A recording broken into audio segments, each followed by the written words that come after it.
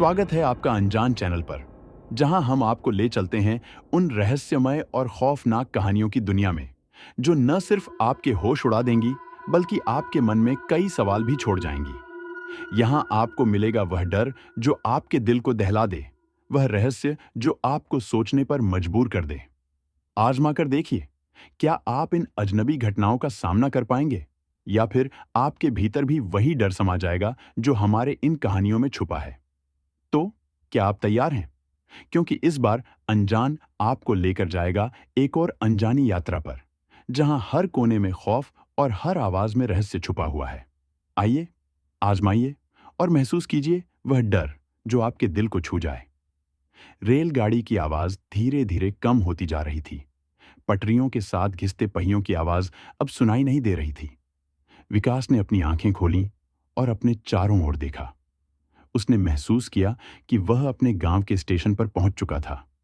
यह वही स्टेशन था जहां से वह 15 साल पहले अपने सपनों को पूरा करने के लिए शहर गया था। आज वह वापस आ गया था, लेकिन उसके सपने टूट चुके थे और उसका मन भारी था। स्टेशन पर कोई भी नहीं था, सिवाय एक बूढ़े स्टेशन मास्टर के, जो अपनी छोटी सी केबिन में बैठा था। विकास ने अपना सामान उठाया और स्टेशन से बाहर निकल गया। बाहर शाम का अंधेरा छाने लगा था। सूरज डूब चुका था और आसमान में लाली फैल रही थी। विकास को याद आया कि उसके गांव तक जाने के लिए उसे 3 किलोमीटर पैदल चलना पड़ेगा। उसने अपने चारों ओर देखा, कहीं कोई ऑटो या कोई सवारी नहीं थी। क्या कोई सवारी मिलेगी गांव जाने के लिए? विकास ने स्टेशन मास्टर से पूछा। स्टेशन मास्टर ने उसे एक अजीब नजर से देखा और बोला, इस वक्त कोई सवारी नहीं मिलेगी बेटा। तुम इतने सालों बाद वापस आए हो, तुम्हें पता नहीं है क्या? क्या? विकास ने पूछा। अब कोई शाम के बाद इस रास्ते से नहीं जाता। सूरज डूबने के बाद सब लोग अपने घरों में बंद रहते हैं। लेकिन क्यों? विकास ने आश्चर्य से पूछा। स्टेशन मास्टर ने उसे फिर से वही अजीब नजर से देखा और बोला, तुम सच में नहीं जानते? पिछले 10 सालों से यह सिलसिला चल रहा है। कई लोग रात में गायब हो जाते हैं और फिर कभी नहीं मिलते। कुछ लोग कहते हैं कि उन्होंने रात में अजीब आवाजें सुनी हैं, जैसे कोई दर्द से चिल्ला रहा हो, पर कोई नहीं जानता कि यह सब कैसे हो रहा है। विकास ने गहरी सांस ली। उसने कभी नहीं सोचा था कि उसका गांव इस तरह बदल जाएगा। 15 साल पहले यह एक शांत और सुरक्षित जगह थी, जहां लोग रात में भी बेखौफ घूमते थे। तो अब मैं क्या करूं? विकास ने पूछा। तुम यहीं रुक जाओ रात भर, स्टेशन मास्टर ने कहा। सुबह होते ही तुम गांव जा सकते हो। विकास ने अपने सामान की ओर देखा। उसके पास 2 भारी सूटकेस थे, जिन्हें वह अकेले उठाकर 3 किलोमीटर नहीं चल सकता था। लेकिन उसे अपने घर जाना था। वह 15 साल बाद अपने घर वापस आया था और वह एक रात और इंतजार नहीं कर सकता था। नहीं, विकास ने कहा, मैं जाऊंगा। मेरे घर वाले मेरा इंतजार कर रहे होंगे। स्टेशन मास्टर ने उसकी ओर देखा और फिर बोला, यह तुम्हारी मर्जी है, लेकिन याद रखना, रास्ते में किसी भी आवाज पर ध्यान मत देना। चाहे कोई कितना भी चिल्लाए, रुकना मत। विकास ने सिर हिलाया और अपना सामान उठाकर स्टेशन से बाहर निकल गया। अब अंधेरा और गहरा हो गया था। आसमान में चांद नहीं था और सिर्फ कुछ तारे ही चमक रहे थे। विकास ने अपनी जेब से मोबाइल फोन निकाला और टॉर्च जलाई। उसने अपने गांव की ओर जाने वाले रास्ते पर चलना शुरू किया। रास्ता सुनसान था। दोनों तरफ घने पेड़ थे, जो अंधेरे में और भी डरावने लग रहे थे। हवा तेज चल रही थी और पेड़ों की पत्तियां सरसरा रही थीं। विकास को लगा जैसे कोई उसका पीछा कर रहा हो। उसने पीछे मुड़कर देखा, लेकिन वहां कुछ भी नहीं था। यह सिर्फ मेरा वहम है, उसने खुद से कहा और आगे बढ़ता गया। उसने अपने मोबाइल पर अपने भाई को कॉल किया, लेकिन कॉल नहीं लगी। उसने फिर से कोशिश की, लेकिन नेटवर्क नहीं था। विकास ने मोबाइल को जेब में रख लिया और अपनी यात्रा जारी रखी। अचानक उसे कुछ सुनाई दिया। कोई रो रहा था। विकास रुक गया और उस आवाज को सुनने की कोशिश की। यह एक औरत की आवाज थी, जो दर्द से चिल्ला रही थी। आवाज सड़क से थोड़ी दूर जंगल से आ रही थी। विकास को स्टेशन मास्टर की बात याद आई। रास्ते में किसी भी आवाज पर ध्यान मत देना, चाहे कोई कितना भी चिल्लाए, रुकना मत। लेकिन विकास रुक गया था। उसे लगा कि शायद कोई मुसीबत में है।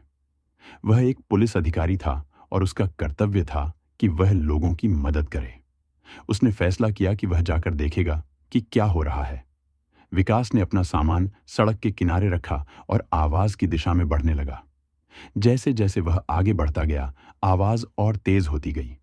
वह एक पेड़ के पीछे से झांक कर देखने लगा।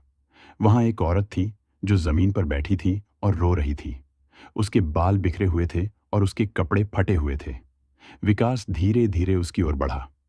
क्या आप ठीक हैं? क्या मैं आपकी कोई मदद कर सकता हूं? विकास ने पूछा। औरत ने अपना सिर उठाया और विकास की ओर देखा। विकास के पैरों तले से जमीन खिसक गई। औरत का चेहरा नहीं था। उसके सिर पर सिर्फ खून से लथपथ मांस का एक टुकड़ा था, जिसमें से खून बह रहा था। विकास ने एक चीख के साथ पीछे कदम हटाए और भागने लगा। वह अपने सामान की ओर भागा, लेकिन उसे लगा जैसे वह किसी बुरे सपने में फंस गया हो।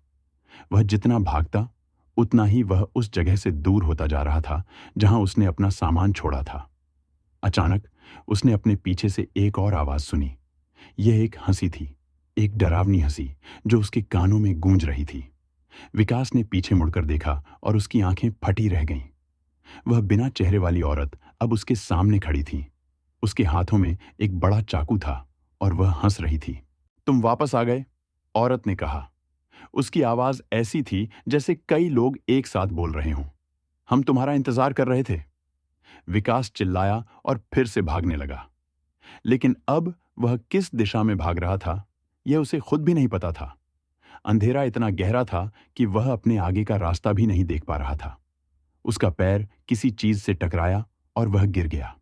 उसने अपने हाथों से अपने आगे टोहा और महसूस किया कि वह एक गड्ढे के किनारे पर है।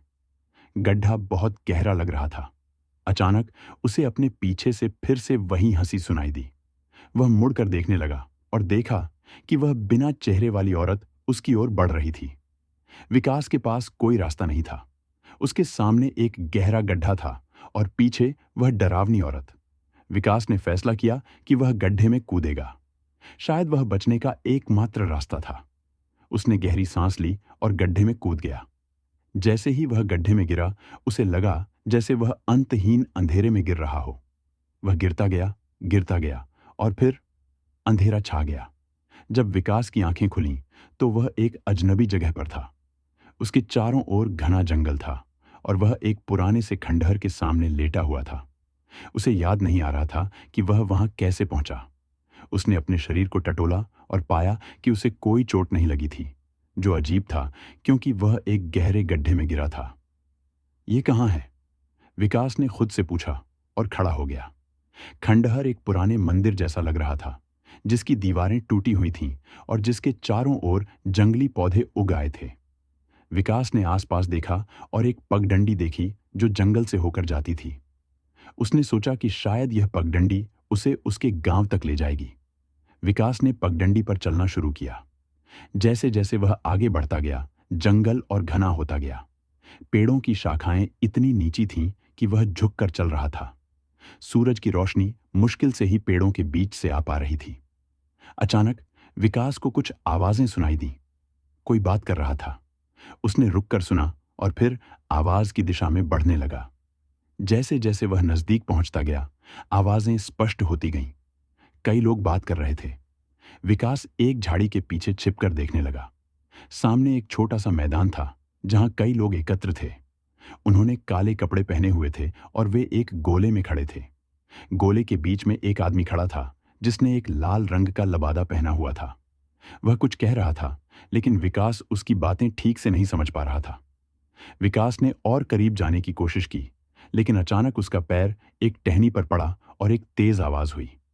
सभी लोग उसकी ओर मुड़ गए। कौन है वहां? लाल लबादे वाले आदमी ने पूछा। विकास जानता था कि अब छिपना बेकार है। वह बाहर निकला और अपना हाथ उठाया। मैं विकास हूं, उसने कहा। मैं रास्ता भटक गया हूं। मैं अपने गांव जाना चाहता हूं। लाल लबादे वाले आदमी ने उसे एक अजीब नजर से देखा और फिर मुस्कुराया। विकास? वही विकास जो 15 साल पहले यहां से चला गया था? उसने पूछा। विकास को आश्चर्य हुआ कि यह आदमी उसे कैसे जानता है। हाँ, विकास ने कहा, लेकिन आप मुझे कैसे जानते हैं? लाल लबादे वाला आदमी हंसा और बोला, हम सब तुम्हें जानते हैं विकास। तुम हमारे गांव के सबसे होनहार लड़के थे। तुम पुलिस अधिकारी बनने के लिए शहर गए थे और अब तुम वापस आ गए हो। विकास को कुछ अजीब लग रहा था। ये आदमी और यहाँ मौजूद सारे लोग उसे जानते थे, लेकिन वह किसी को नहीं पहचान पा रहा था। मैं आपको नहीं पहचान पा रहा हूं, विकास ने कहा। ओह, तुम मुझे नहीं पहचानते? लाल लबादे वाले आदमी ने अपना चेहरा विकास के करीब लाया। मैं रमेश हूं, तुम्हारा बचपन का दोस्त। विकास ने गौर से देखा और उसे एहसास हुआ कि यह वही रमेश था जिसके साथ वह बचपन में खेला करता था। लेकिन रमेश बहुत बदल गया था। उसके चेहरे पर गहरी लकीरें थीं और उसकी आंखें ऐसी थीं जैसे वह कई दिनों से नहीं सोया हो। रमेश? विकास ने आश्चर्य से पूछा। तुम इतने बदल गए हो? रमेश हंसा और बोला, हम सब बदल गए हैं विकास। पिछले 10 सालों में बहुत कुछ बदल गया है।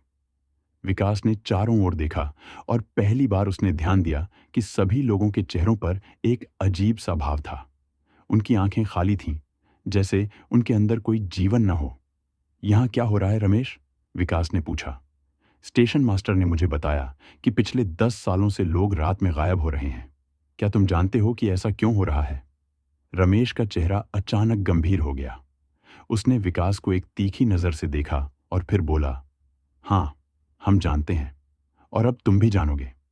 इससे पहले कि विकास कुछ समझ पाता, रमेश ने अपनी उंगलियां अपने होठों पर रखीं और एक तेज सीटी बजाई। अचानक जंगल से कई लोग बाहर निकले और विकास की ओर बढ़ने लगे। विकास ने पीछे हटने की कोशिश की, लेकिन उसके पैर जैसे जम गए थे। वह हिल नहीं पा रहा था। उसने चारों ओर देखा और पाया कि वह गिर चुका था। रमेश, ये क्या हो रहा है? विकास ने डर से पूछा। तुम हमारे पास वापस आ गए हो विकास, रमेश ने कहा, और अब तुम हमारे साथ रहोगे, हमेशा के लिए। सभी लोग अब विकास के चारों ओर एक घेरा बना चुके थे। उनके हाथों में मशालें थीं और वे एक अजीब सा गीत गा रहे थे। तुम्हें उसके पास ले जाना होगा, रमेश ने कहा। वह तुम्हें देखना चाहती है। कौन? विकास ने पूछा। उसकी आवाज कांप रही थी। मां, सभी लोगों ने एक साथ कहा। हमारी मां। विकास ने उनके चेहरों पर देखा और उसे एहसास हुआ कि उनकी आंखों में वही खालीपन था जो उसने पहले देखा था। इससे भी ज्यादा डरावनी बात यह थी कि उनके चेहरे धीरे धीरे बदल रहे थे। उनकी त्वचा सफेद पड़ रही थी और उनकी आंखें काली हो रही थीं। विकास ने एक और कदम पीछे हटाने की कोशिश की, लेकिन उसके पैर अभी भी जमे हुए थे। उसने अपने हाथ से अपनी जेब में अपना मोबाइल फोन ढूंढने की कोशिश की, लेकिन वह नहीं मिला। उसे ढूंढ रहे हो? रमेश ने पूछा और विकास का मोबाइल फोन दिखाया। मैंने इसे तुम्हारी जेब से निकाल लिया जब तुम बेहोश थे। विकास ने महसूस किया कि वह अब पूरी तरह से फंस चुका है। उसके पास भागने का कोई रास्ता नहीं था और न ही मदद मांगने का कोई तरीका। चलो, रमेश ने कहा और विकास की ओर बढ़ा। मां इंतजार कर रही है। विकास ने देखा कि रमेश के हाथ में एक बड़ा सा चाकू था, वही चाकू जो उस बिना चेहरे वाली औरत के हाथ में था। उसे समझ में आ गया कि रात में जो कुछ भी हुआ था वह सिर्फ शुरुआत थी। रमेश ने चाकू उठाया और विकास की ओर बढ़ने लगा। विकास ने एक बार फिर भागने की कोशिश की, लेकिन उसके पैर हिल नहीं रहे थे। मदद करो, विकास चिल्लाया, लेकिन उसकी आवाज जंगल की घनी पेड़ों में गुम हो गई। रमेश अब विकास के सामने था। उसकी आंखें पूरी तरह से काली हो चुकी थीं और उसके होंठों पर एक डरावनी मुस्कान थी। वापस आने के लिए धन्यवाद विकास, रमेश ने कहा और अपना चाकू उठाया। अब तुम हमारे साथ हमेशा के लिए रहोगे। विकास ने अपनी आंखें बंद कर लीं और अपने अंत का इंतजार करने लगा। विकास को लगा कि अब उसका अंत होने वाला है, लेकिन अचानक एक तेज आवाज आई और सब कुछ रुक गया। विकास ने अपनी आंखें खोलीं और देखा कि रमेश का हाथ हवा में रुका हुआ था। चाकू अभी भी उसके हाथ में था। रुको, एक आवाज आई। अभी नहीं। विकास ने आवाज की दिशा में देखा और एक औरत को देखा जो उनकी ओर बढ़ रही थी। वह काले कपड़े पहने हुए थी और उसके बाल लंबे और सफेद थे। उसका चेहरा एक घूंघट से ढका हुआ था। मां, रमेश ने कहा और झुककर प्रणाम किया। बाकी सभी लोगों ने भी उसका अनुसरण किया। औरत विकास के सामने आ गई और उसे ऊपर से नीचे तक देखने लगी। तो ये है विकास, उसने कहा। उसकी आवाज एक अजीब सी गूंज के साथ आ रही थी। हमारा खोया हुआ बेटा। विकास ने औरत को देखा और महसूस किया कि उसके पैर अब हिल सकते थे। वह एक कदम पीछे हटा। मैं आपको नहीं जानता, विकास ने कहा, और मैं आपका बेटा नहीं हूं। औरत हंसी, एक ऐसी हंसी जो विकास के कानों में गूंज गई। तुम हमारे बेटे हो, उसने कहा। हम सभी मेरे बच्चे हैं। उसने अपना हाथ बढ़ाया और विकास के चेहरे को छुआ। उसकी उंगलियां बर्फ की तरह ठंडी थीं।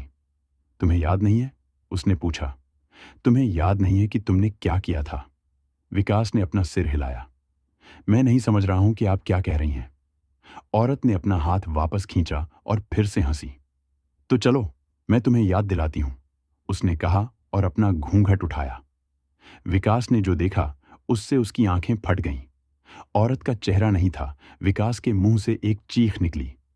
वह महिला का चेहरा नहीं था, बल्कि एक खाली सूनापन जहां से खून की धारें बह रही थीं।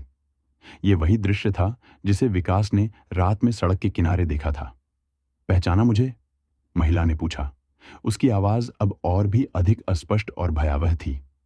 मुझे देखो, विकास, और याद करो कि तुमने क्या किया था। विकास पीछे हटने लगा, लेकिन उसके पीछे खड़े लोगों ने उसे पकड़ लिया। उसके दिमाग में अचानक एक याद कौंधी, एक ऐसी याद जिसे वह भूल चुका था, या शायद जानबूझकर भुला दिया था। 15 साल पहले जब वह गांव छोड़कर जा रहा था, उस दिन भी एक अंधेरी रात थी। वह अपने दोस्त रमेश और कुछ अन्य दोस्तों के साथ शराब पी रहा था। उन्होंने उसके शहर जाने की खुशी में पार्टी की थी। देर रात जब वे सब नशे में थे, तब वे गांव के बाहर पुराने मंदिर के खंडहर में गए थे। वहां एक अजीब अनुष्ठान था जो रमेश शुरू करना चाहता था। कहा जाता था कि अगर कोई उस पूर्णिमा की रात वहां एक खास अनुष्ठान करता है तो उसे अपार शक्ति मिलती है। विकास को यह सब मूर्खता लगा, लेकिन वह अपने दोस्तों के साथ चला गया। अनुष्ठान के दौरान एक महिला वहां आई थी जो गांव की एक सम्मानित शिक्षिका थी। उन्होंने उन्हें वहां से जाने को कहा था, चेतावनी दी थी कि वे एक खतरनाक शक्ति को आमंत्रित कर रहे हैं। लेकिन नशे में धुत विकास और उसके दोस्तों ने उसकी बात नहीं सुनी। जब महिला ने उन्हें रोकने की कोशिश की तो झगड़ा हो गया, और उस झगड़े में विकास के हाथों से महिला गिर गई थी और उसका सिर पत्थरों पर जा टकराया था। खून बह रहा था और वह महिला तड़प तड़प कर मर गई थी। डर के मारे विकास और उसके दोस्तों ने महिला के शव को खंडहर के नीचे एक गुप्त तहखाने में छिपा दिया था। उसके बाद विकास उसी रात गांव छोड़कर भाग गया था। उसने कभी किसी को यह नहीं बताया कि क्या हुआ था। धीरे धीरे वह खुद भी उस रात की घटना को भूल गया था। अब याद आया? महिला ने पूछा। उसकी आवाज विकास के दिमाग में गूंजी। शांति देवी, विकास ने कांपते स्वर में कहा, उस महिला का नाम याद करके जिसकी जान उसके हाथों से गई थी। हाँ, वही शांति देवी जिसे तुमने मार दिया था, महिला बोली। जिसका शरीर तुमने और तुम्हारे दोस्तों ने छिपा दिया था। लेकिन मृत्यु के बाद भी मेरी आत्मा को शांति नहीं मिली, और फिर मैंने एक शक्ति पाई, एक ऐसी शक्ति जो उस अनुष्ठान से जुड़ी थी जिसका तुम मजाक उड़ा रहे थे। विकास की आंखों में आंसू भर आए। मुझे माफ कर दो, वह गिड़गिड़ाया। यह एक दुर्घटना थी। मैं नहीं चाहता था कि ऐसा हो। शांति देवी की बिना चेहरे वाली छवि उसके करीब आई। अब बहुत देर हो चुकी है विकास। देखो मेरे चारों ओर, देखो कि मैंने क्या बनाया है। विकास ने चारों ओर देखा, उन सभी लोगों को जो अब उसके चारों ओर घेरा बनाए खड़े थे। उनमें से कई को वह पहचानता था। वे सभी उसके गांव के लोग थे। पिछले 10 वर्षों में मैंने उन सभी को अपना बनाया है, शांति देवी ने कहा। वे सभी अब मेरे बच्चे हैं, मेरे अनुयायी, और हम एक नई दुनिया बना रहे हैं, एक ऐसी दुनिया जहां हम अमर होंगे। लेकिन यह सब गलत है, विकास ने कहा। तुम इन लोगों को नुकसान पहुंचा रही हो। शांति देवी हंसी। नुकसान? मैं उन्हें अमरत्व दे रही हूं। और अब तू भी हमारे साथ शामिल होगा। वह अपना हाथ उठाने ही वाली थी कि अचानक एक तेज आवाज हुई, विकास, भागो! विकास ने मुड़कर देखा और एक युवक को देखा जो जंगल से दौड़ता हुआ आ रहा था। विकास उसे पहचान नहीं पाया, लेकिन युवक ने उसे पहचान लिया था। भागो! युवक फिर चिल्लाया, और जब वह करीब आया, तब विकास ने उसे पहचाना। वह उसका छोटा भाई अमित था, जो अब एक जवान आदमी बन चुका था। अमित के हाथ में एक मशाल थी और वह सीधा शांति देवी की ओर भागा। छोड़ दो मेरे भाई को! वह चिल्लाया और मशाल को शांति देवी पर फेंक दिया। जैसे ही मशाल शांति देवी के कपड़ों से टकराई, एक तेज चमक हुई और वह चिल्लाने लगी। आग उसके पूरे शरीर पर फैल गई और उसके चारों ओर खड़े लोग भी चिल्लाने लगे। अमित ने विकास का हाथ पकड़ा। चलो, हमें निकलना होगा। विकास ने महसूस किया कि अब उसके पैर चल सकते थे। वह अमित के साथ भागने लगा, पीछे मुड़कर देखे बिना। वे दोनों जंगल के बीच से होते हुए भागे, जबकि पीछे से चिल्लाने की आवाजें आती रहीं। अमित, तुम यहां कैसे? विकास ने हाँफते हुए पूछा जब वे एक सुरक्षित दूरी पर पहुंचे। मैं तुम्हारा इंतजार कर रहा था, अमित ने कहा। मैंने स्टेशन मास्टर से सुना कि तुम आज आ रहे हो, लेकिन जब तुम नहीं पहुंचे तो मैं तुम्हें ढूंढने निकला। मैंने तुम्हारा सामान सड़क पर पाया और फिर तुम्हारी आवाज सुनी। विकास ने अपने भाई को गले लगा लिया। धन्यवाद, अमित, तुमने मेरी जान बचाई। अभी धन्यवाद मत दो, अमित ने कहा। हमें घर पहुंचना है। वह और उसके अनुयायी हमारा पीछा करेंगे। वे दोनों फिर से भागने लगे, इस बार गांव की ओर। विकास को लगा जैसे वह फिर से एक बुरे सपने में फंस गया हो, लेकिन इस बार वह अकेला नहीं था। विकास और अमित तेजी से गांव की ओर भागते रहे। हालांकि रात का अंधेरा गहरा था, लेकिन अमित को रास्ता अच्छी तरह से याद था। वे अंततः गांव की सीमा पर पहुंच गए। विकास ने गांव को देखकर अपने दिल में एक अजीब सा दर्द महसूस किया। 15 सालों के बाद वापस आने पर उसे अपना गांव पूरी तरह से बदला हुआ मिला था। घरों पर ताले लगे थे, सड़कें खाली थीं और हवा में एक अजीब सी खामोशी थी। सभी लोग अंदर हैं, अमित ने समझाया जब वे गांव की मुख्य सड़क पर चल रहे थे। कोई भी रात में बाहर नहीं निकलता, और जो निकलते हैं वे कभी वापस नहीं आते। यह सब मेरी वजह से हुआ है, विकास ने कहा। उसकी आवाज में पछतावा था। अमित ने उसकी ओर देखा। तुम क्या कह रहे हो? विकास ने गहरी सांस ली। 15 साल पहले मैंने और मेरे कुछ दोस्तों ने एक महिला की हत्या कर दी थी, शांति देवी की। यह एक दुर्घटना थी, लेकिन हमने उसका शव छिपा दिया और किसी को नहीं बताया। और अब वह वापस आ गई है। अमित ने उसे देखा, उसकी आंखों में आश्चर्य और डर था। तुम तुम शांति देवी की बात कर रहे हो? हमारी गांव की शिक्षिका? विकास ने सिर हिलाया। लेकिन लोग तो कहते थे कि वह गांव छोड़कर चली गई थी, अमित ने कहा। कोई नहीं जानता था कि उसका क्या हुआ। हमने सभी को झूठ बताया, विकास ने कहा। और अब वह अपना बदला ले रही है। उसने पूरे गांव को अपना गुलाम बना लिया है। वे अपने पुराने घर के सामने पहुंच गए। यह एक छोटा सा घर था, जिसकी दीवारें अब पुरानी हो चुकी थीं और छत से कई जगह पानी रिसता था। अमित ने दरवाजा खटखटाया और धीरे से आवाज दी, मां, मैं हूं, अमित, दरवाजा खोलो। कुछ पल बाद दरवाजा खुला और एक बूढ़ी महिला ने बाहर झांका। उसके बाल सफेद हो चुके थे और उसके चेहरे पर गहरी झुर्रियां थीं। अमित, तुम वापस आ गए? फिर उसकी नजर विकास पर पड़ी और उसकी आंखें फट गईं। विकास, मेरा बेटा। विकास की आंखों में आंसू भर आए। हाँ, मां, मैं वापस आ गया हूं। उसकी मां ने उसे गले लगा लिया। उसके आंसू विकास के कंधे पर गिर रहे थे। मैंने सोचा था कि मैं तुम्हें कभी नहीं देख पाऊंगी। वे जल्दी से घर के अंदर चले गए और दरवाजा बंद कर दिया।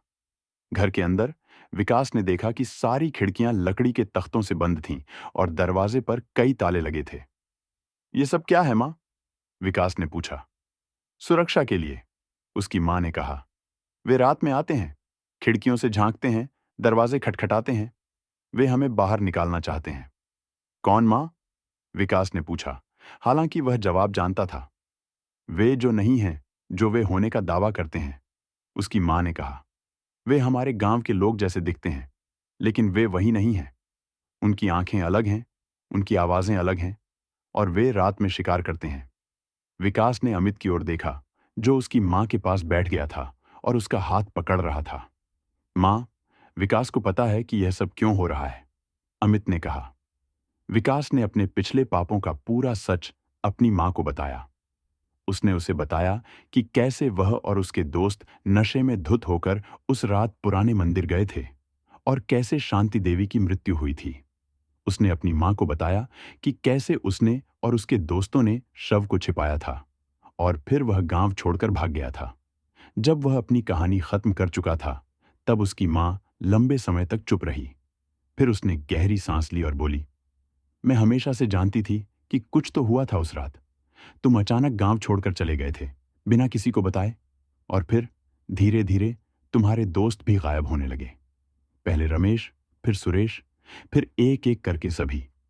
माँ, मुझे माफ कर दो, विकास ने कहा। उसकी आवाज कांप रही थी। उसकी माँ ने उसका हाथ पकड़ लिया। तुम्हारे पिता की मृत्यु 5 साल पहले हो गई थी। उन्होंने हमेशा यह विश्वास किया कि तुम एक दिन वापस आओगे। वे तुम्हें फिर से देखना चाहते थे। विकास की आंखों से आंसू बहने लगे। उसने अपने पिता के लिए अपना पूरा परिवार छोड़ दिया था और अब वह उन्हें कभी नहीं देख पाएगा। मैं उनकी मौत का कारण बन गया, विकास ने कहा। नहीं, उसकी मां ने कहा। वे बीमार थे, उनका दिल कमजोर था, लेकिन उन्होंने हमेशा तुम्हारे लिए प्यार रखा। विकास की आंखों से आंसू बह रहे थे। इतने सालों तक उसने अपने परिवार से संपर्क नहीं रखा था, शर्म और अपराध बोध के कारण। और अब जब वह वापस आया था, तब तक बहुत देर हो चुकी थी। अचानक बाहर से आवाजें आने लगीं। कोई दरवाजा खटखटा रहा था। विकास, एक आवाज आई। यह रमेश की आवाज थी। हम जानते हैं कि तुम अंदर हो, बाहर आ जाओ, मां तुम्हें देखना चाहती है। विकास की मां डर गई। वे यहां आ गए हैं, उसने फुसफुसाकर कहा। अमित दौड़कर खिड़की के पास गया और एक छेद से बाहर झांका। वे कई लोग हैं, उसने कहा, और उनके हाथों में मशालें हैं। विकास, फिर से आवाज आई। हम तुम्हें बख्शेंगे अगर तुम अभी बाहर आ जाओ, नहीं तो हम इस घर को जला देंगे और तुम्हारी मां और भाई भी अंदर ही रहेंगे। विकास का दिल तेजी से धड़क रहा था। वह जानता था कि वे अपनी धमकी पर अमल करेंगे। वे उसके पास आने के लिए कुछ भी करेंगे, यहां तक कि उसके परिवार को भी मार डालेंगे। मुझे बाहर जाना होगा, विकास ने कहा। नहीं, उसकी मां चिल्लाई। वे तुम्हें मार डालेंगे। वे मुझे मारेंगे नहीं, विकास ने कहा। वे मुझे अपने जैसा बना लेंगे, और अगर मैं नहीं गया तो वे आप दोनों को मार डालेंगे। मैं तुम्हें जाने नहीं दूंगा, अमित ने कहा और दरवाजे के सामने खड़ा हो गया। विकास ने अपने भाई को देखा, जो अब एक जवान आदमी था। उसे गर्व था कि उसका भाई कितना बहादुर बन गया है। अमित, मेरे पास कोई विकल्प नहीं है, विकास ने कहा। मैंने गलती की थी और अब मुझे उसका परिणाम भुगतना होगा। तो हम तीनों साथ में मर जाएंगे, अमित ने कहा। मैं तुम्हें फिर से नहीं खोऊंगा। विकास को लगा जैसे उसका दिल टूट गया हो। इतने सालों तक वह अपने परिवार से दूर रहा था, और अब जब वह वापस आया था, तब वह उन्हें खतरे में डाल रहा था। विकास, रमेश की आवाज फिर से आई। हम गिनती करेंगे 10 तक, और अगर तुम बाहर नहीं आए तो हम घर में आग लगा देंगे। 1। विकास ने अपनी मां और भाई को देखा। वह उन्हें खतरे में नहीं डाल सकता था। 2। मुझे एक विचार आया है, अमित ने अचानक कहा। हमारे घर के पीछे एक सुरंग है जो हमें गांव के दूसरे छोर तक ले जाएगी। सुरंग? विकास ने पूछा। हाँ, अमित ने कहा। जब यह सब शुरू हुआ तब मैंने और कुछ अन्य लोगों ने एक सुरंग बनाई थी, ताकि हम सुरक्षित रूप से एक जगह से दूसरी जगह जा सकें। यह हमारे तहखाने से शुरू होती है। 3। चलो, अमित ने कहा और अपनी मां का हाथ पकड़ा। हमें जल्दी करनी होगी। वे तीनों जल्दी से घर के पीछे के हिस्से में गए, जहां एक छोटा सा तहखाना था। अमित ने एक पुरानी चटाई को हटाया और नीचे एक छोटा सा छेद दिखाई दिया। 4। मां, तुम पहले जाओ, अमित ने कहा। विकास की मां ने एक बार अपने बेटे को देखा, फिर छेद में उतर गई। 5। अब तुम जाओ विकास, अमित ने कहा। नहीं, तुम पहले जाओ, विकास ने कहा। 6। हम बहस नहीं करेंगे, अमित ने कहा और विकास को छेद की ओर धकेला। जल्दी करो। विकास ने अपने भाई को देखा और फिर छेद में उतर गया। यह एक संकरी सुरंग थी, जिसमें एक व्यक्ति मुश्किल से रेंग सकता था। 7। अमित भी छेद में उतरा और चटाई को वापस अपनी जगह पर रख दिया। उसने अपनी जेब से एक छोटी टॉर्च निकाली और उसे जलाया। 8। जल्दी चलो, अमित ने कहा। यह सुरंग हमें गांव के दूसरे छोर पर ले जाएगी, जहां मेरे कुछ दोस्त रहते हैं। वे हमारी मदद करेंगे। 9। वे तीनों सुरंग में रेंगने लगे। पीछे से आने वाली आवाजें धीरे धीरे कम होती गईं। 10। और फिर एक तेज धमाका हुआ। उन्होंने महसूस किया कि उनके घर में आग लग गई होगी। विकास की आंखों में आंसू थे, लेकिन वह जानता था कि उनके पास कोई विकल्प नहीं था। हमें चलते रहना होगा, अमित ने कहा। वे हमारा पीछा करेंगे। वे तीनों सुरंग में आगे बढ़ते रहे। अपने पीछे अपना घर जलता हुआ छोड़कर, जहां से विकास के जीवन की शुरुआत हुई थी और जहां अब उसका अतीत जल रहा था। अमित छेद से ऊपर चढ़ गया। विकास और उसकी मां कुछ क्षणों तक प्रतीक्षा करते रहे, लेकिन कोई आवाज नहीं आई। अचानक छेद से थोड़ी मिट्टी गिरी और विकास ने अपनी मां को पीछे खींच लिया। अमित, विकास ने धीरे से पुकारा, लेकिन कोई जवाब नहीं मिला। तभी अमित का चेहरा छेद में दिखाई दिया। उसके चेहरे पर एक अजीब सा भाव था जिसे विकास पहचान नहीं पाया। ऊपर आओ, अमित ने कहा, तुम्हें यह देखना होगा।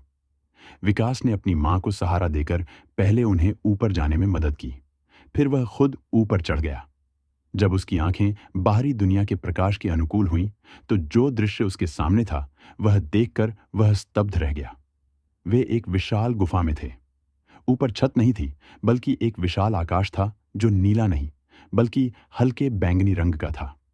गुफा के चारों ओर अजीब प्रकार के पौधे थे जो चमक रहे थे।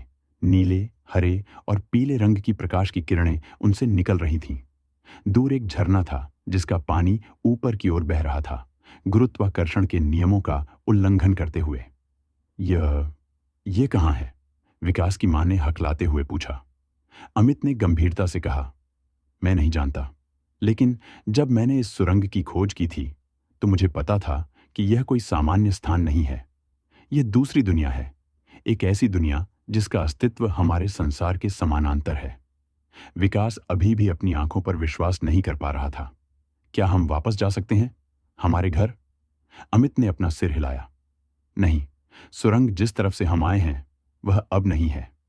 विकास मुड़कर देखा। छेद जिससे वे ऊपर आए थे अब बंद हो चुका था, जैसे वह कभी था ही नहीं। तो अब हम फंस गए हैं?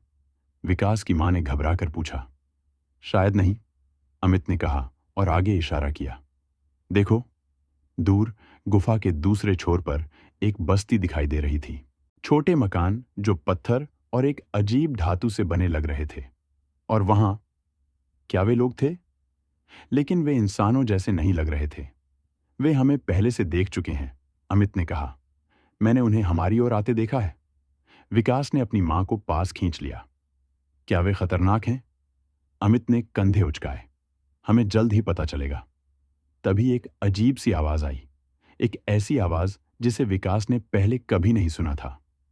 यह एक सीटी की तरह थी, लेकिन संगीतमय। गुफा की दीवारें इस ध्वनि को प्रतिध्वनित कर रही थीं। वे संचार कर रहे हैं, अमित ने फुसफुसाकर कहा। अचानक विकास के कानों में एक आवाज गूंजी, जैसे कोई सीधे उसके दिमाग में बात कर रहा हो। आगंतुकों का स्वागत है, आवाज ने कहा। हम आपके आने का इंतजार कर रहे थे। विकास ने चौंक कर अमित और अपनी मां की ओर देखा। उनके चेहरों से साफ था कि उन्होंने भी यह आवाज सुनी थी। वे हमारा इंतजार कर रहे थे? विकास ने पूछा। लेकिन कैसे? वे हमें कैसे जानते हैं? अमित ने कहा। मुझे नहीं पता, लेकिन मुझे लगता है कि हमारे सभी सवालों के जवाब जल्द ही मिलने वाले हैं। जैसे जैसे वे तीनों उस अजीब बस्ती की ओर बढ़े, विकास को एहसास हुआ कि उनकी जिंदगी अब कभी भी पहले जैसी नहीं होगी। वे एक नई, अजनबी दुनिया में थे, जहां नियम अलग थे, जहां जीवन का अर्थ अलग था, और सबसे महत्वपूर्ण बात, उन्हें पता नहीं था कि वे कभी घर लौट पाएंगे या नहीं। बस्ती जैसे जैसे नजदीक आती गई, विकास ने महसूस किया कि वह जो देख रहा था वह उसकी कल्पना से परे था। मकान पत्थर से बने थे, लेकिन वे पत्थर स्वयं जीवित प्रतीत होते थे। वे धीरे धीरे हिल रहे थे, सांस ले रहे थे, जैसे कि वे भी जीवित प्राणी हों। और वहां के निवासी, वे मानव जैसे थे, लेकिन उनकी त्वचा एक हल्के नीले रंग की थी। उनके बाल सफेद थे और उनकी आंखें बड़ी थीं, बिना पुतलियों के। वे सभी लंबे और पतले थे और उनके हाथों में 6 उंगलियां थीं। नमस्कार, एक आवाज फिर से विकास के दिमाग में गूंजी। एक महिला, कम से कम विकास को ऐसा ही लगा, आगे बढ़ी। वह सफेद वस्त्र पहने हुए थी जो हवा में लहरा रहे थे, हालांकि कोई हवा नहीं थी। मेरा नाम आरा है, उसने कहा, बिना अपने होंठ हिलाए। मैं संरक्षकों की नेता हूं। विकास ने उसकी ओर देखा, अभी भी विश्वास नहीं कर पा रहा था कि यह सब वास्तविक है। मैं विकास हूं, उसने हकलाते हुए कहा। यह मेरी मां है और यह मेरा दोस्त अमित है। आरा ने सिर हिलाया। हम जानते हैं। हमने तुम्हारे आने की भविष्यवाणी की थी। भविष्यवाणी? अमित ने पूछा। उसकी आंखें चमक उठीं। आप हमारे बारे में कैसे जानते थे? आरा मुस्कुराई। कम से कम विकास को ऐसा ही लगा, क्योंकि उसके चेहरे पर भाव पड़ना मुश्किल था। अनंत काल से पहले, उसने कहा, जब हमारी दुनिया और तुम्हारी दुनिया एक थी, हमारे पूर्वजों ने एक संधि की थी। वे जानते थे कि एक दिन दुनियाएं अलग हो जाएंगी और फिर मिलेंगी। उन्होंने भविष्यवाणी की थी कि 3 आगंतुक आएंगे, एक युवक, उसकी माता और एक मार्गदर्शक। विकास ने अमित की ओर देखा, जिसने अपने कंधे उचकाए। मार्गदर्शक? मैं तो बस एक इंजीनियर हूं जिसने सुरंग खोजी। नहीं, आरा ने कहा, तुम उससे कहीं ज्यादा हो। तुम वह व्यक्ति हो जिसने रास्ता खोला। तुमने अपने दिल में इस दुनिया को महसूस किया और तुम्हारी आत्मा ने तुम्हें यहां तक लाया। विकास की मां अभी तक चुप थी, लेकिन अब उसने बोलना शुरू किया। हम यहां क्यों हैं? हमारी दुनिया में क्या हुआ? आरा का चेहरा गंभीर हो गया। तुम्हारी दुनिया खतरे में है। वह अपने अंत की ओर बढ़ रही है। पृथ्वी के नीचे एक शक्ति जाग रही है, एक ऐसी शक्ति जो लंबे समय से सोई हुई थी। विकास ने अपनी मां का हाथ थामा। क्या आप उस भूकंप के बारे में बात कर रही हैं? वह कोई भूकंप नहीं था, आरा ने कहा। वह प्राचीन राक्षस था जिसे जागृत किया गया था, और वह सिर्फ शुरुआत है। एक भयावह सन्नाटा छा गया। विकास को लगा जैसे उसके पैरों के नीचे की जमीन हिल गई हो, हालांकि वह स्थिर थी। तो हम यहां क्यों हैं? उसने अंततः पूछा। आरा ने अपना हाथ फैलाया और विकास के माथे को छुआ। एक गर्म लहर उसके शरीर से होकर गुजरी। क्योंकि तुम इसे रोक सकते हो, उसने कहा। तुम में वह शक्ति है जो राक्षस को पराजित कर सकती है। लेकिन पहले तुम्हें सीखना होगा, प्रशिक्षित होना होगा, और सबसे महत्वपूर्ण बात, तुम्हें अपने अंदर की शक्ति को जगाना होगा। विकास ने सिर हिलाया। आप गलत हैं। मैं सिर्फ एक साधारण लड़का हूं। मैं कोई योद्धा नहीं हूं, कोई नायक नहीं हूं। आरा मुस्कुराई। हर नायक एक बार साधारण व्यक्ति ही होता है। यह उनके चुनाव हैं जो उन्हें असाधारण बनाते हैं। वह मुड़ी और इशारा किया। आओ, तुम्हें आराम की जरूरत है। कल से तुम्हारा प्रशिक्षण शुरू होगा। जैसे ही वे बस्ती की ओर चले, अमित ने विकास के कान में फुसफुसाया। क्या तुम्हें यकीन है कि हम इन लोगों पर भरोसा कर सकते हैं? विकास ने अपने दोस्त को देखा। क्या हमारे पास कोई विकल्प है? अमित ने सहमति में सिर हिलाया, लेकिन उसकी आंखों में चिंता थी। मुझे बस उम्मीद है कि हम जानते हैं कि हम क्या कर रहे हैं। विकास ने आसमान की ओर देखा, जो अब गहरे बैंगनी रंग का हो गया था। मैं भी। रात में जब विकास अपने नए कमरे में लेटा था, एक विचित्र गोलाकार कमरा जिसकी दीवारें चमक रही थीं, उसने महसूस किया कि उसके हाथ अजीब तरह से गर्म हो रहे थे। उसने अपने हाथों को देखा और हैरान रह गया। उसकी हथेलियां चमक रही थीं, एक नीली रोशनी उनसे निकल रही थी। ये क्या हो रहा है? उसने खुद से पूछा, अपने हाथों को हिलाते हुए। रोशनी फैलती गई, उसकी उंगलियों से निकलकर हवा में तैरती हुई छोटी छोटी रोशनी की गेंदों में बदल गई। विकास ने डर के मारे चीखना चाहा, लेकिन उसकी आवाज नहीं निकली। इसके बजाय उसने महसूस किया कि एक अजीब सी शांति उस पर छा गई है। यह रोशनी, यह उसका हिस्सा थी। यह हमेशा से उसके अंदर थी, बस छिपी हुई, इंतजार कर रही थी। कमरे के दरवाजे पर एक हल्की सी खटखटाहट हुई। विकास ने अपने हाथों को छिपाने की कोशिश की, लेकिन रोशनी अब तक उसके पूरे शरीर को घेर चुकी थी। दरवाजा खुला और आरा अंदर आई। उसने विकास को देखा और मुस्कुराई। मैंने सोचा था कि यह आज रात शुरू होगा, उसने कहा। यह क्या है? विकास ने पूछा, अपने चमकते हुए हाथों को दिखाते हुए। यह तुम्हारी शक्ति है, आरा ने कहा। प्रकाश की शक्ति।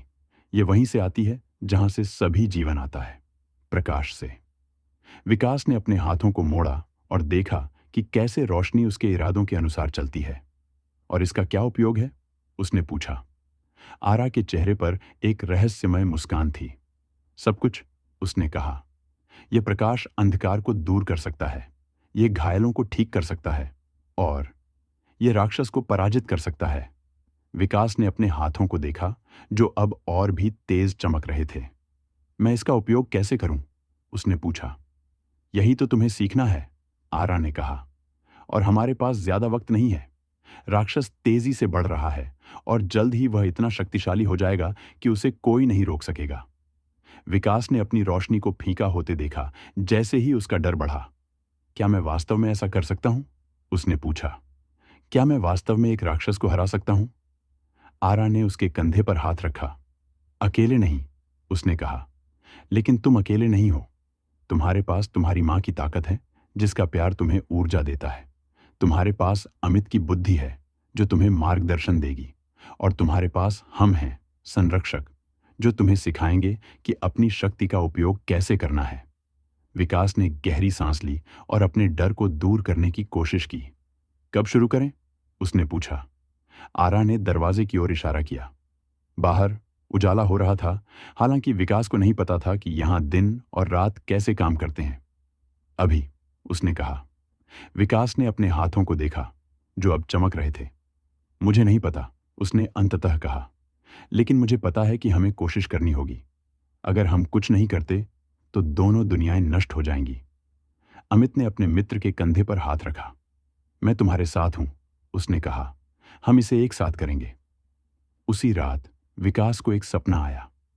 उसने देखा कि वह अपने शहर में है, लेकिन शहर पहचानने योग्य नहीं था। इमारतें टूटी हुई थीं, सड़कें दरार से भरी थीं और आकाश एक गहरे लाल रंग का था। और वहां शहर के बीच में एक विशाल आकृति खड़ी थी, एक विशालकाय प्राणी जिसकी आंखें अग्नि की तरह जल रही थीं। राक्षस। विकास जाग कर उठ बैठा। उसका शरीर पसीने से तर था। उसने अपने हाथों को देखा और देखा कि वे इतनी तेजी से चमक रहे थे कि पूरा कमरा प्रकाश से भर गया था। वह जानता था कि उसे क्या करना था। अगली सुबह विकास, अमित और विकास की मां आरा से मिले। वे एक विशाल पेड़ के नीचे खड़े थे, जिसकी शाखाएं ऊपर की ओर फैली हुई थीं, जैसे वे आकाश को छूना चाहती हों। पेड़ का तना चमक रहा था और उससे एक मंद संगीत जैसी आवाज आ रही थी। यह जीवन का वृक्ष है, आरा ने बताया। यह दोनों दुनियाओं को जोड़ता है। यह तुम्हें वापस ले जाएगा।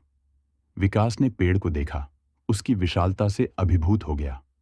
हमें क्या करना है? उसने पूछा। आरा ने पेड़ के तने की ओर इशारा किया। तुम्हें अपनी शक्ति का उपयोग करना होगा, उसने कहा। तुम्हें पेड़ के साथ संवाद करना होगा और उसे बताना होगा कि तुम्हें कहां जाना है। विकास ने अपने हाथों को देखा, जो पहले से ही चमक रहे थे। वह आगे बढ़ा और पेड़ के तने को छुआ। तुरंत एक तेज प्रकाश ने पूरे क्षेत्र को भर दिया। विकास ने महसूस किया कि उसकी शक्ति पेड़ में प्रवाहित हो रही है और पेड़ की शक्ति उसमें वापस आ रही है। अब अपनी दुनिया के बारे में सोचो, आरा ने निर्देश दिया। अपने घर के बारे में सोचो, अपने शहर के बारे में सोचो। पेड़ तुम्हारे विचारों को पढ़ेगा और तुम्हें वहां ले जाएगा। विकास ने अपनी आंखें बंद की और अपने घर के बारे में सोचा। उसने अपने कमरे, अपनी सड़क, अपने विश्वविद्यालय के बारे में सोचा। और फिर उसने प्रोफेसर शर्मा के बारे में सोचा और राक्षस के बारे में जो जाग रहा था। पेड़ का प्रकाश और तेज हो गया और विकास ने महसूस किया कि वह और अमित और उसकी मां धीरे धीरे पेड़ के अंदर खींचे जा रहे हैं। सावधान रहना, आरा ने चेतावनी दी। उसकी आवाज अब दूर से आ रही थी। राक्षस पहले से ही मजबूत है और वह जानता है कि तुम आ रहे हो। और फिर वे पेड़ के अंदर थे। चारों ओर प्रकाश था और विकास को लगा जैसे वह सभी दिशाओं में एक साथ खींचा जा रहा है। अचानक वह गिर रहा था। विकास, अमित और विकास की मां के चारों ओर अंधेरा था। वे एक सुरंग में थे, लेकिन यह वह सुरंग नहीं थी जिससे वे आए थे। ये एक अलग सुरंग थी, पत्थर की बजाय धातु से बनी थी और इसकी दीवारें अजीब सी भाषा में लिखे चिन्हों से ढकी थीं। हम कहाँ हैं? विकास की मां ने फुसफुसाकर पूछा। अमित ने चारों ओर देखा और फिर उसने एक चिन्ह की ओर इशारा किया जो अपेक्षाकृत परिचित लग रहा था। मुझे लगता है हम मेट्रो स्टेशन में हैं, उसने कहा। देखो, वह चिन्ह मेट्रो की लाइन की तरह लगता है। विकास ने अपने हाथों को देखा। वे अभी भी चमक रहे थे, लेकिन उनकी रोशनी कमजोर थी, जैसे उनकी शक्ति इस दुनिया में कमजोर हो गई हो। हमें बाहर निकलना होगा, उसने कहा। हमें प्रोफेसर शर्मा को ढूंढना होगा। वे सुरंग में आगे बढ़े, हर मोड़ पर सावधानी बरतते हुए। अंततः वे एक द्वार तक पहुंचे। अमित ने धीरे से इसे धकेला और वे बाहर मेट्रो स्टेशन में आ गए। स्टेशन खाली था, जो अजीब था क्योंकि यह दिन का समय था। विकास ने घड़ी की ओर देखा। सुबह के 10 बज रहे हैं, उसने कहा। स्टेशन इतना खाली क्यों है? उनके सवाल का जवाब जल्द ही मिल गया। जैसे ही वे बाहर गए, उन्होंने देखा कि शहर को एक अजीब सा सन्नाटा घेरे हुए था। सड़कें खाली थीं, दुकानें बंद थीं और आकाश एक अजीब लाल रंग का था, ठीक वैसा ही जैसा विकास ने अपने सपने में देखा था। कुछ गड़बड़ है, अमित ने कहा। यह शहर ऐसा नहीं होना चाहिए। विकास की मां ने अपने बेटे का हाथ पकड़ा। हम देर हो गए हैं? विकास ने सिर हिलाया। नहीं, उसने दृढ़ता से कहा। राक्षस अभी भी पूरी तरह से जागा नहीं है। अगर वह होता तो हम सब मर चुके होते। वह आगे बढ़ा और उसने एक लाल आभा देखी जो शहर के केंद्र से उठ रही थी। वहां, उसने कहा, मुझे लगता है कि प्रोफेसर शर्मा वहीं होंगे। वे शहर के केंद्र की ओर बढ़े, हर कदम पर सावधानी बरतते हुए। जैसे जैसे वे नजदीक आए, विकास ने महसूस किया कि उसके हाथों की रोशनी तेज हो रही है, जैसे वह खतरे पर प्रतिक्रिया कर रही हो। और फिर वे वहां थे, शहर के केंद्र में, जहां पहले एक पार्क था। अब वहां एक विशाल गड्ढा था और गड्ढे के केंद्र में एक प्राचीन मंदिर था जो पृथ्वी से बाहर निकलता प्रतीत होता था। मंदिर के सामने एक आकृति खड़ी थी, एक आदमी जिसे विकास तुरंत पहचान गया। प्रोफेसर शर्मा। वे मंदिर के करीब गए, छिपते हुए जब तक वे इतने नजदीक नहीं आ गए कि प्रोफेसर को सुन सकें। वह एक अजीब भाषा में कुछ बुदबुदा रहा था और उसके हाथों में एक प्राचीन पुस्तक थी। वह मंत्र पढ़ रहा है, अमित ने फुसफुसाकर कहा। वह राक्षस को बुला रहा है। विकास को समझ में आया कि उसे क्या करना है। मुझे उसे रोकना होगा, उसने कहा। उसने अपनी मां और अमित को पीछे रहने का इशारा किया और फिर वह बाहर निकला। प्रोफेसर शर्मा, उसने पुकारा। प्रोफेसर मुड़ा और उसका चेहरा आश्चर्य से भर गया। विकास, उसने कहा, तुम जीवित हो? लेकिन यह कैसे संभव है? तुम्हें भूकंप में मारा जाना था। विकास ने अपने हाथों को ऊपर किया, जो अब इतनी तेजी से चमक रहे थे कि वे सूरज की तरह लग रहे थे। यह कोई भूकंप नहीं था प्रोफेसर, उसने कहा। यह राक्षस था और आप उसे जगा रहे हैं। प्रोफेसर हंसा, एक ऐसी हंसी जो विकास ने कभी नहीं सुनी थी, एक क्रूर, बेरहम हंसी। हां, उसने कहा, मैं उसे जगा रहा हूं और जब वह पूरी तरह से जाग जाएगा तो वह मुझे अपनी शक्ति देगा, वह शक्ति जो मुझे इस दुनिया का शासक बना देगी। विकास ने सिर हिलाया। नहीं प्रोफेसर, राक्षस आपको कुछ नहीं देगा। वह आपको मार डालेगा, जैसे वह हर किसी को मार देगा। प्रोफेसर फिर से हंसा। तुम क्या जानते हो लड़के? मैंने वर्षों से इसका अध्ययन किया है। मैंने प्राचीन ग्रंथों को पढ़ा है। मैं जानता हूं कि राक्षस की शक्ति को कैसे नियंत्रित किया जाए। और मैं जानता हूं कि कैसे आपको रोकना है, विकास ने कहा। उसने अपने हाथों को आगे की ओर फैलाया और प्रकाश की एक किरण निकली जो प्रोफेसर की ओर बढ़ती गई। लेकिन प्रोफेसर ने अपनी पुस्तक से एक पेज फाड़ा और उसे हवा में फेंक दिया। पेज पर अजीब चिन्ह थे और जैसे ही प्रकाश की किरण इससे टकराई, वह नष्ट हो गई। वाह, प्रोफेसर ने कहा, तो तूने नई शक्तियां सीख ली हैं। लेकिन यह काफी नहीं होगा विकास। राक्षस अब भी जागेगा और इस बार कोई नहीं बचेगा। विकास को समझ में नहीं आ रहा था कि क्या करें। उसकी शक्तियां प्रोफेसर के मंत्रों के खिलाफ बेकार लग रही थीं। तभी उसे आरा के शब्द याद आए। प्रकाश की शक्ति सभी जीवन से आती है। विकास ने अपनी मां और अमित की ओर देखा, जो अभी भी छिपे हुए थे, और फिर उसने जाना कि उसे क्या करना है। अमित, उसने पुकारा। मां, मुझे तुम्हारी मदद की जरूरत है। अमित और विकास की मां बाहर निकले, अपने दोस्त के पास आए। तुम्हें क्या चाहिए? अमित ने पूछा। विकास ने अपने हाथ फैलाए। मुझे तुम्हारी ऊर्जा चाहिए, उसने कहा। मुझे तुम्हारी शक्ति चाहिए। अमित और विकास की मां ने विकास के हाथों को पकड़ लिया। विकास ने महसूस किया कि एक नई ऊर्जा उसमें प्रवाहित हो रही है। उसकी मां का प्यार, अमित की बुद्धि और संरक्षकों की शिक्षाएं। उसके हाथों की रोशनी अब इतनी तेज थी कि देखना मुश्किल था। प्रोफेसर पीछे हट गया। उसके चेहरे पर भय था। नहीं, उसने चिल्लाया, तुम मेरे सपने को नष्ट नहीं कर सकते। विकास ने अपने हाथों को मंदिर की ओर निर्देशित किया और प्रकाश की एक शक्तिशाली किरण निकली। किरण मंदिर से टकराई और एक विस्फोट हुआ। जब धूल छंट गई तो मंदिर के बीच में एक छेद था और उस छेद से एक आकृति उभर रही थी, एक विशालकाय डरावनी आकृति जिसकी आंखें अग्नि की तरह जल रही थीं।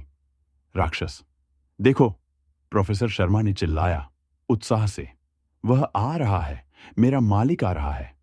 विकास को जल्दी करनी थी। वह जानता था कि अगर राक्षस पूरी तरह से निकल आया तो कोई भी उसे नहीं रोक पाएगा। उसने अपनी सारी शक्ति का उपयोग किया, अपनी मां और अमित की ऊर्जा के साथ, और प्रकाश की एक और किरण निकाली, इस बार राक्षस की ओर। प्रकाश राक्षस से टकराया और एक भयानक चीख सुनाई दी। राक्षस की आकृति हिलने लगी, जैसे वह तितर बितर हो रहा हो। नहीं, प्रोफेसर शर्मा ने चिल्लाया। वह मंदिर की ओर दौड़ा, शायद अपने मालिक को बचाने के लिए, लेकिन वह देर से था। विकास की शक्तिशाली किरण ने राक्षस को पीछे धकेल दिया, मंदिर में वापस। और जैसे ही वह गया, मंदिर गिरने लगा, अपने आप को नष्ट कर रहा था। प्रोफेसर शर्मा चिल्लाया जब मंदिर उस पर गिरा। विकास दौड़ना चाहता था, उसे बचाना चाहता था, लेकिन अमित ने उसे रोक लिया। नहीं, अमित ने कहा, यह बहुत खतरनाक है। विकास, अमित और विकास की मां देखते रहे जैसे मंदिर पूरी तरह से ध्वस्त हो गया। प्रोफेसर शर्मा और राक्षस को अपने नीचे दबा दिया। जब सब कुछ शांत हो गया, आकाश का लाल रंग हट गया और सूरज फिर से चमकने लगा। क्या हो गया? विकास की मां ने पूछा। विकास ने अपने हाथों को देखा, जो अब सामान्य दिख रहे थे। कोई प्रकाश नहीं था। मैंने राक्षस को वापस उसके कारागार में धकेल दिया, उसने कहा। उसे फिर से बंद कर दिया। और प्रोफेसर शर्मा? अमित ने पूछा। विकास ने मलबे के ढेर की ओर देखा जहां मंदिर कभी खड़ा था। मुझे नहीं पता, उसने कहा, लेकिन मुझे डर है कि वह चला गया। धीरे धीरे, जैसे जैसे दिन बीतता गया, शहर फिर से जीवंत हो गया। लोग बाहर आए, दुकानें खुलीं और जीवन सामान्य हो गया। ऐसा लगता था जैसे कोई भी नहीं जानता था कि क्या हुआ था या कितना करीब वे विनाश के आए थे। विकास, अमित और विकास की मां अपने घर लौट आए, जो जयपुर नामक कस्बे में था। अगले कुछ दिनों में विकास ने अपनी शक्तियों का उपयोग क्षतिग्रस्त इमारतों की मरम्मत के लिए किया, घायल लोगों को ठीक किया और अपने शहर को फिर से ठीक करने में मदद की। लेकिन उसके मन में एक सवाल था, क्या राक्षस वास्तव में गया था? क्या उसे वास्तव में हराया गया था? एक रात जब वह सो रहा था, विकास को फिर से एक सपना आया। इस सपने में वह फिर से उस दूसरी दुनिया में था, जीवन के वृक्ष के नीचे, और उसके सामने आरा खड़ी थी। तुमने अच्छा काम किया, उसने कहा। तुमने राक्षस को रोक दिया, कम से कम अभी के लिए। क्या वह वापस आएगा? विकास ने पूछा। आरा ने सिर हिलाया। हाँ, राक्षस हमेशा वापस आता है, लेकिन अब तुम्हारे पास शक्ति है उसे रोकने की, और अब तुम अकेले नहीं हो। विकास ने अपने हाथों को देखा, जो सपने में फिर से चमक रहे थे। मैं तैयार रहूंगा, उसने कहा। आरा मुस्कुराई। मुझे पता है तुम रहोगे, और हम भी तैयार रहेंगे। जब विकास जागा, उसके हाथ चमक रहे थे। एक हल्की नीली रोशनी उनसे निकल रही थी। वह जानता था कि यह अब भी खत्म नहीं हुआ था। उसने अपने खिड़की से बाहर देखा, सूरज उगते हुए देखा और एक नई शुरुआत के लिए तैयार हो गया। 3 महीने बीत गए। विकास और उसकी मां के साथ अमित फिर से अपने नियमित जीवन में लौट आए थे। शहर पूरी तरह से ठीक हो गया था और प्रोफेसर शर्मा और मंदिर की घटना अब सिर्फ एक बुरा सपना लगती थी। विकास विश्वविद्यालय लौट आया था और अपनी पढ़ाई पर ध्यान केंद्रित कर रहा था। उसकी शक्तियां अब शांत थीं और उसके हाथों से निकलने वाली नीली रोशनी अब नहीं दिखती थी। उसने कभी कभी सोचा कि क्या वह सब, दूसरी दुनिया, संरक्षक, राक्षस, सिर्फ उसकी कल्पना थी। लेकिन फिर अमित उसे याद दिलाता था कि वह सब वास्तविक था। वे दोनों वहां थे, उन्होंने इसे देखा था, इसका अनुभव किया था। क्या तुम कभी उस दूसरी दुनिया के बारे में सोचते हो?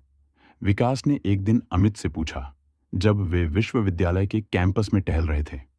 अमित ने सिर हिलाया। हर दिन, उसने कहा। मैं आरा के बारे में सोचता हूं और संरक्षकों के बारे में। मैं सोचता हूं कि वे क्या कर रहे होंगे, क्या वे ठीक हैं? विकास ने आसमान की ओर देखा, जो नीला था, उस बैंगनी रंग के विपरीत जो उस दूसरी दुनिया में था। मुझे उम्मीद है कि वे ठीक हैं, उसने कहा। अमित कुछ कहने ही वाला था जब उसका ध्यान कैंपस के दूसरी ओर गया। वह कौन है?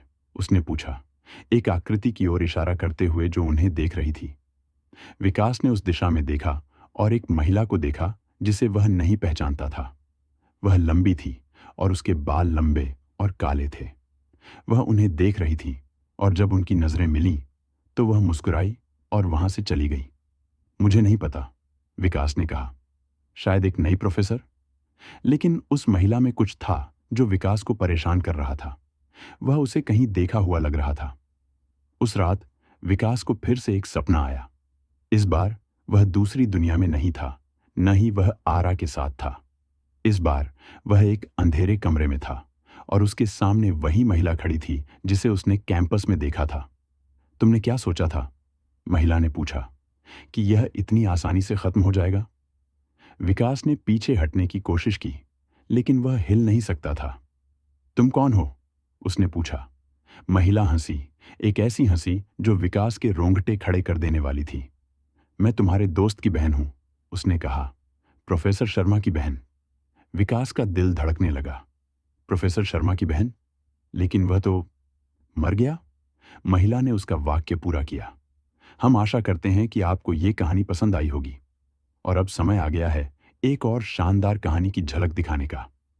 अगली कहानी का नाम है खोखलापन, जो अनन्या की जिंदगी की अनकही सच्चाई को सामने लाएगी। ये कहानी 2 दिन बाद आपके सामने होगी। तब तक हमारे चैनल को सब्सक्राइब करना न भूलें और नोटिफिकेशन बेल जरूर दबाएं ताकि आप हमारी नई कहानी सबसे पहले देख सकें। धन्यवाद।